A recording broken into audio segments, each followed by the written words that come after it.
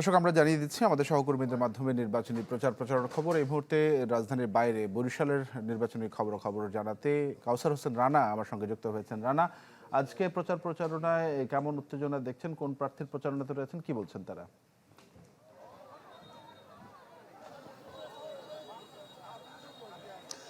তানভীর, দিন যতই ঘনিয়ে আসছে নির্বাচনের যে উৎসব প্রচারণা ততই কিন্তু বৃদ্ধি পাচ্ছে। আমি এই মুহূর্তে রয়েছি বরিশাল ৩ আসন, এটি বাবুগঞ্জ এবং মুলাদী উপজেলা নিয়ে গঠিত এবং এই বাবুগঞ্জ উপজেলার বিএনপি মনোনীত প্রার্থী জয়নুল আবেদিন তিনি রয়েছেন এখানে প্রার্থনা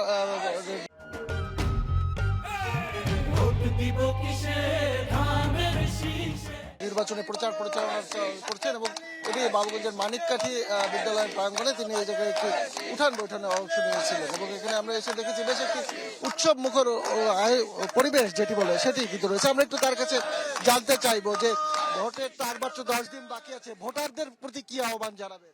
ভোটারদের প্রতি আহ্বান হচ্ছে তারা 12 তারিখে ধানের শীষে স্বতঃস্ফূর্তভাবে ভোট দিতে যাবে ইনশাআল্লাহ, ভয় ভীতি উপেক্ষা করে।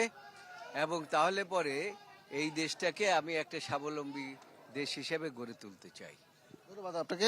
তিনি বলছিলেন যে একটি স্বাবলম্বী দেশ হিসেবে গড়ে তোলার লক্ষ্যে তিনি যারা ভোটার রয়েছে ভোটারদের প্রতি আহ্বান জানাচ্ছেন এবং 12 ফেব্রুয়ারি ভোটের দিন সকলকে ভোট কেন্দ্রে গিয়ে তার যে ভোটাধিকার সেই ভোটাধিকার প্রয়োগের প্রতি তিনি আহ্বান জানাচ্ছেন। তো এই ছিল বরিশালের নির্বাচনী পরিবেশ। জি, কাউসার হোসেন রানা, ধন্যবাদ আপনাকে আমাদের সঙ্গে যুক্ত হওয়ার জন্য। কাউসার হোসেন রানা জানাচ্ছিলেন বরিশালের নির্বাচনী প্রচারণার খবর।